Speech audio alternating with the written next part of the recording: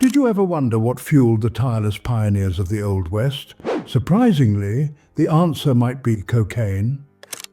Picture this: the Western frontier, a land of untamed wilderness and boundless opportunities. It was a time of exploration and expansion, but also of grueling labor and seemingly endless days.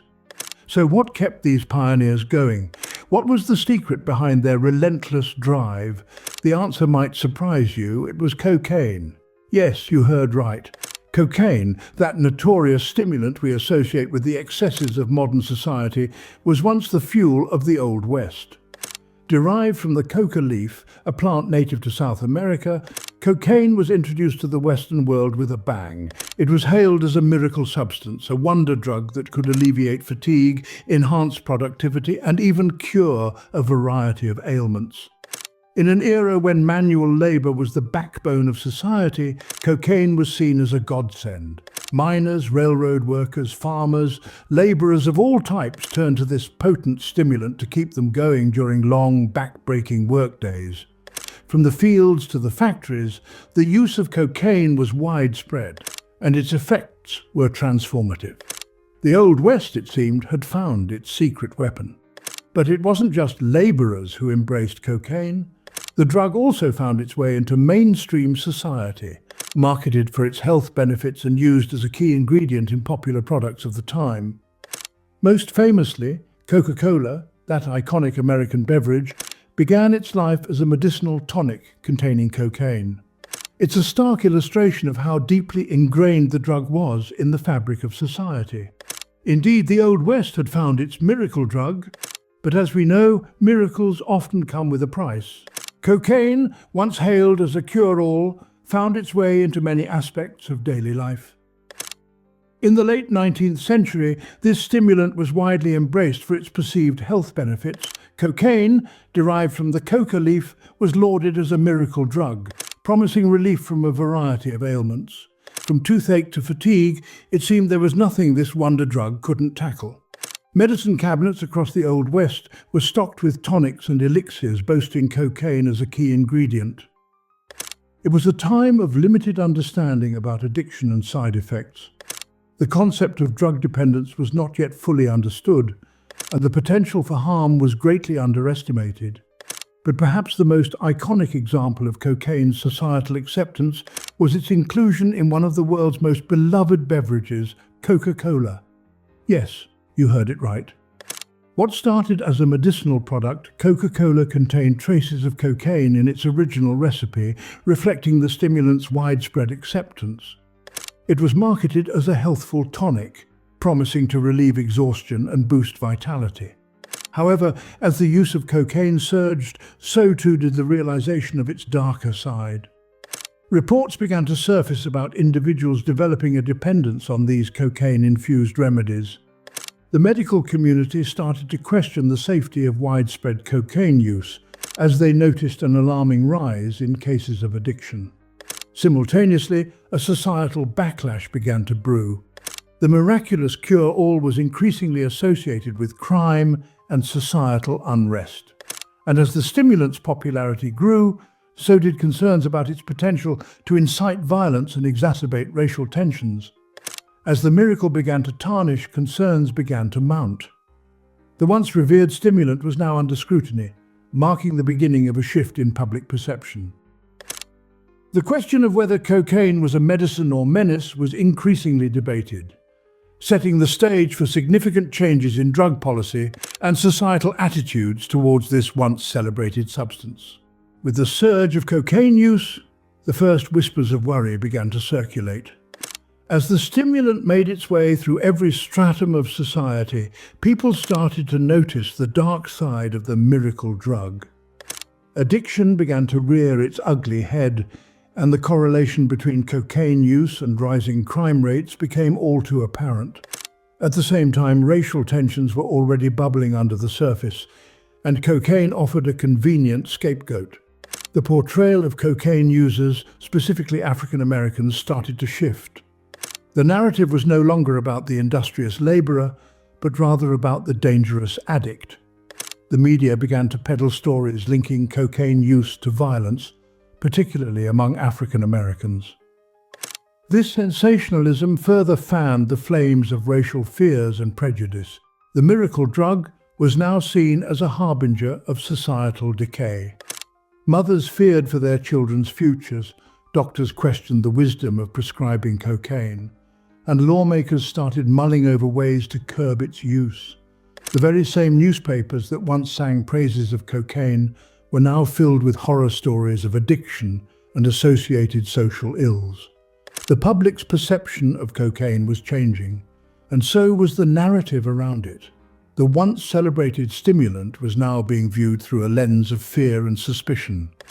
The stories that were once about productivity and health were now about addiction, crime, and racial tension. The whispers of concern had grown into a loud chorus of disapproval. The tide was turning on cocaine, and change was on the horizon. The late 19th century marked the beginning of the end for cocaine's reign. Once hailed as a wonder stimulant, its dark side began to cast long shadows over its initial glimmer. State governments, alarmed by the rising tide of addiction and crime associated with cocaine, started to take action. The first steps were small, with regulations aimed at controlling sales and use.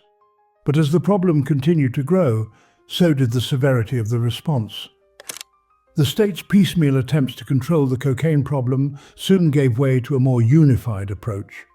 This shift was marked by a landmark piece of legislation that would forever change the landscape of drug policy in the United States. The Harrison Narcotics Tax Act of 1914.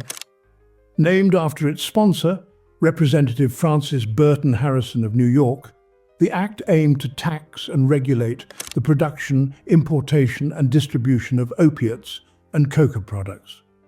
The act was a turning point as it marked the first time the federal government stepped in to control substances like cocaine. It was not a ban per se, but by imposing strict regulations and hefty taxes, it severely limited the availability of cocaine. The act effectively put cocaine and other narcotics out of reach for many, marking a significant blow to what was once a flourishing cocaine empire. Over time, the act's effects were felt far and wide. The once popular stimulant was now viewed with suspicion and fear. Its place in society was replaced by a growing awareness of the dangers of addiction and the need for regulation. Doctors who once freely prescribed cocaine were now hesitant, and the public's trust in the miracle drug began to wane. Cocaine's decline was a sign of the times, as society began to grapple with the realities of addiction.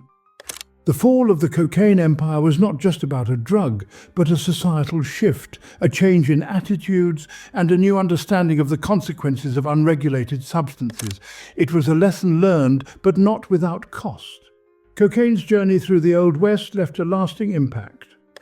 This stimulant, once hailed as a miracle drug, was deeply woven into the fabric of society, shaping not just individual lives, but the cultural, economic, and political landscapes of the era. The rise and fall of cocaine in the Old West left an indelible imprint, one that continues to echo in our present day. The racial stereotypes that arose during the cocaine boom of the Old West, particularly those targeting African Americans, were deeply ingrained and harmful. These prejudices, fueled by sensationalist media and unfounded fears, played a significant role in shaping public perception and policy towards cocaine use.